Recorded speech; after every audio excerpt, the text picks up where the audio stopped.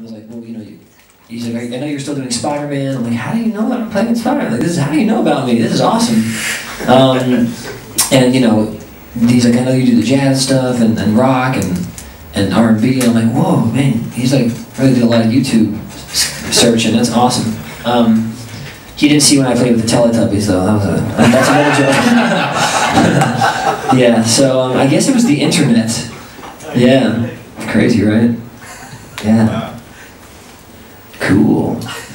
Any other questions about music or about... I'm happy to also just play. I mean, either's fine for me. Yeah. Yeah. Can you tell us about your music education? Did you Great question. Nice. Yeah. So when I was about 10 years old, I got my first guitar. My brother played the guitar, and I just wanted to do what he was doing. I'm the middle child.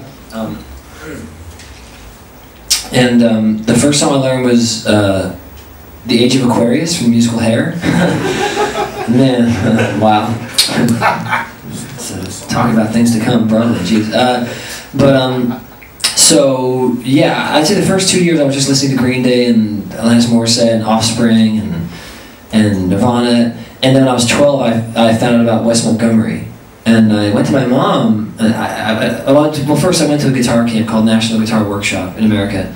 And the teacher said, check out this Wes Montgomery album. Put it on, and I went to my mom and said, what the heck, what is this style? Why didn't anyone in the family show me this? They showed us Billy Joel, ABBA, Beatles, like great music, Queen, but jazz was never played. And it just made sense in my mind, like, it was like, oh, he's talking the way that I talk in my head, like this makes sense. She said, well, that's great. Honey, I have a 1 hour jazz limit. I can't really listen to more than that. So I guess you missed that, Gene. I said, I guess I did. And then from that point on, I just was playing along the Wes Montgomery records, like a lot, obsessively. And when I was about 12 and a half, I started playing at blues clubs, like jam nights. And my mom would come with me, and I'd just go in. And I was really, really bad. And they were very nice and let me play. And then I didn't really have private lessons until college. So I kind of had a little bit of acoustic stuff as a kid, but I went to a high school that had a music program, like jazz band. So I was in C band, then B band, then A band. When I went to college, I went to USC, Thornton School of Music in Los Angeles. I took about a year and a half, studied with a guy named Pat Kelly and a guy named Frank Potenza and Richard Smith over there.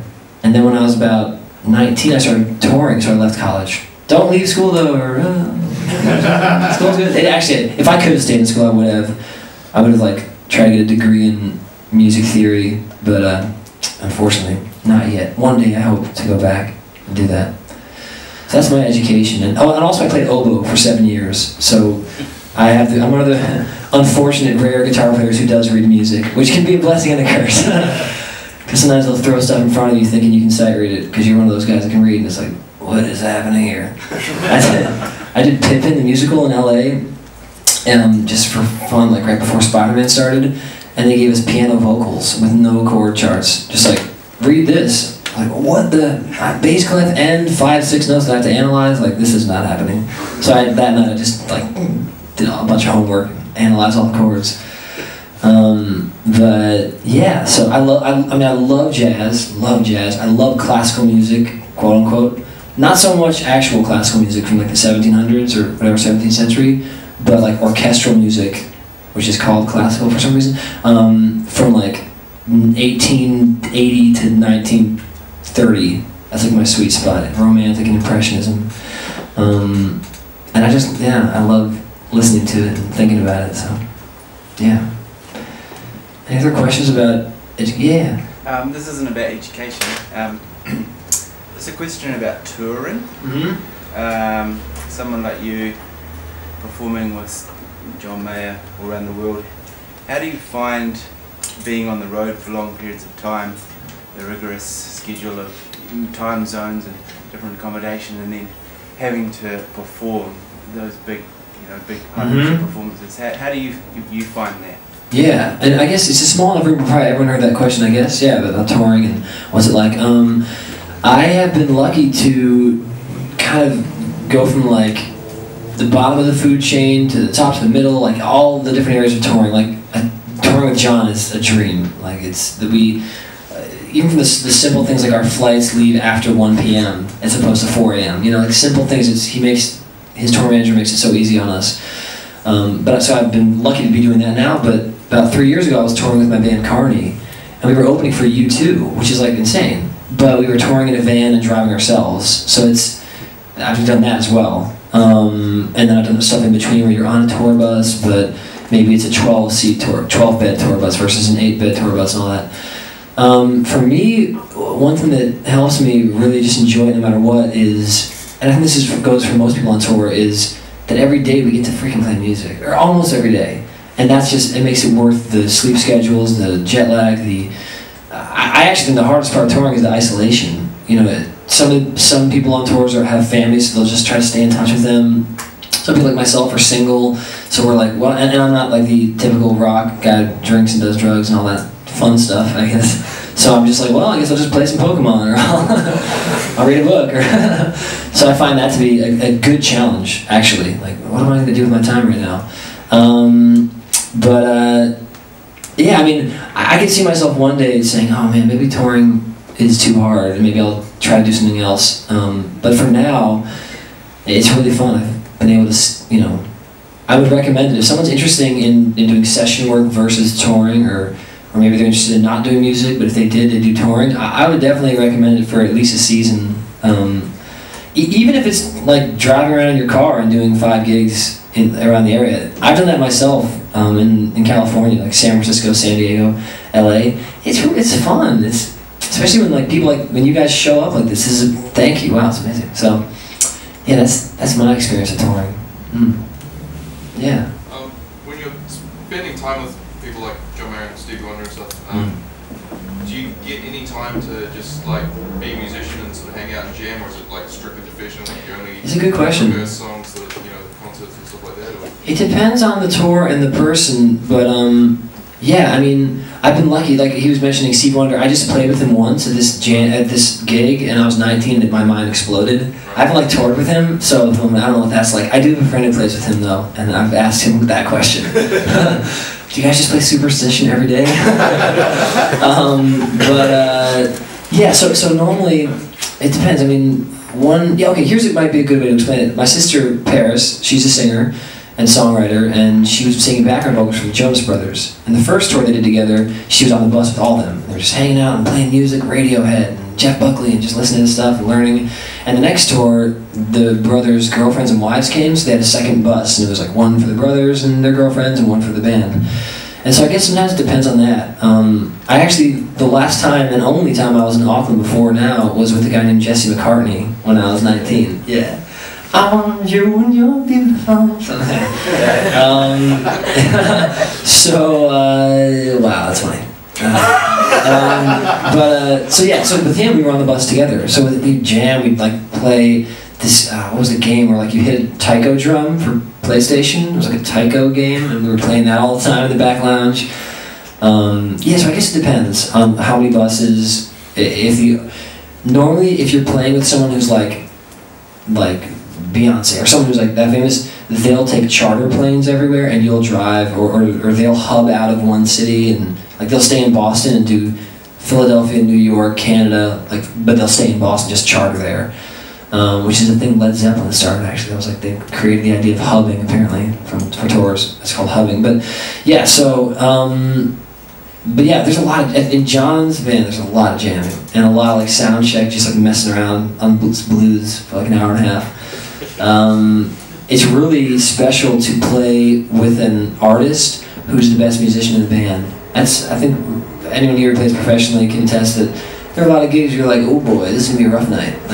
This person's out of tune, or their guitar's out of tune, or they get really cranky and angry, or whatever it is. And with John, I feel sort of like I did playing with my band with my brother, where whenever I look over at him, I'm like, yeah, he's badass. That's the best musician here. It's cool. Yeah. To what extent in your band, for example, would you take that leading role? Do they look at you as the best artist in the group? Do you write their parts? Do you let them? Well, whenever I play with my brother, I make sure he knows that I think I'm the best musician in the band. We're not actually competitive. Yeah, I mean, that's a great question. I mean, I don't know if this can help anyone because it's very personal to me. I hope it can. But my role in life in general has been like the Barnabas. I don't know if that's sort of like a biblical analogy. This guy Barnabas who traveled with Paul, and he was like the supporter of Paul. Like, oh, I'll support and I'll do my best to make you look good. Make sure you're not worried at all as a lead singer. That's a role I felt really passionate about and comfortable with for most of my life. And then when the band started with my brother, it started as he was the solo artist, Carney, and then Interscope came and said, oh, I want to sign your brother as well. And Reeve's like, oh, cool. And then when I got signed, then the management company said, we want to sign him as well. And we managed him. Oh, wow, I'm feeling like the prettiest girl on the ball. This is pretty cool. And like, well, now that we're doing that, we should probably make it a band name. And my brother said, okay, all right, cool. So we called the band Carney, our last name. And as that happened, I was like, oh, I kind of like this a little bit. I like having some sort of creative input.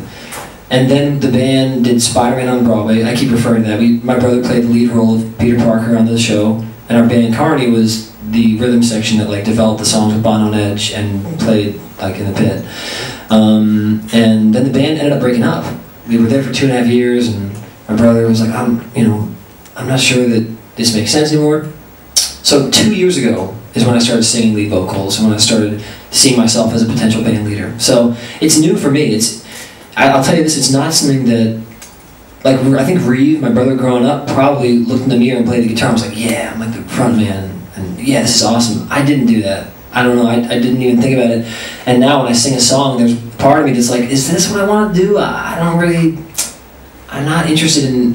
not passionate about getting all the attention. Let me sing the vocal, let me do the guitar solo, let me go back to singing solo again. All about me, see you later, peace out, drop the mic. That's not really my style. So I don't know where it's gonna go. I think what I've been doing, as far as to kind of answer your question even more, is like emotionally, John gave a great little speech at our last show, and he's like, why do I play music? And he's like, I play it because I should. And I think with writing songs and singing, it feels like something that even the smallest thing of like someone in New York coming to me after a show crying, like that song you wrote, I'm like, okay. So you're feeling it, I'm not like doing some weird thing here where I'm just trying to get you to think I'm awesome. I'm doing it just because I want to. You actually felt that I'm going to keep doing this, even though I don't see myself as a front man, which is funny. Like, I don't really care that. So if it happens organically, then I'll give you an answer in a couple of years. But I do have very specific musical opinions. That's why I like doing these shows solo. It's partially to save money, not fly out a bass player and drummer, but also it's nice, like, if I want to do a turnaround, like in Cry Me River, I could do that, and the bass player might go, he might walk up, but if I want to get to that minor 6 chord the back way, going down, as opposed to up, from this 5 to flat 6 to natural 6, if I want to go 1, minor major 7, minor 7 to minor 6, I can't. No one's telling me I can't. I can make it major. Now you say you love me. I can do all these cool little voices and hear in my head what I want to do. And when I played with the band, I definitely, I played with the trio at the Byron Bay Blues Fest. I did like a show this year at 4 p.m. before John played at 10. And it was really awesome. They invited me to do my own music. And I had the drummer and bass player from Edward Sharp back me, and I was definitely very specific. So, yeah, getting kind of long-winded answers here. I hope that's all right. Yeah. What's your playing role in